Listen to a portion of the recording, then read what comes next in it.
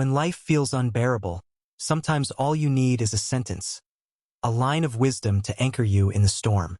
The Stoics left us countless such quotes. Marcus Aurelius, "You have power over your mind, not outside events. Realize this, and you will find strength." A reminder that control is always internal. Seneca, "We are more often frightened than hurt, and we suffer more in imagination than in reality." A call to stop tormenting yourself with thoughts worse than reality.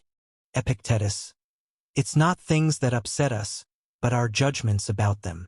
Proof that perspective creates pain, not events themselves. Marcus again, "The impediment to action advances action. What stands in the way becomes the way." A lesson that obstacles can become opportunities. Seneca, "Difficulties strengthen the mind, as labor does the body." A reminder that pain is training, not punishment.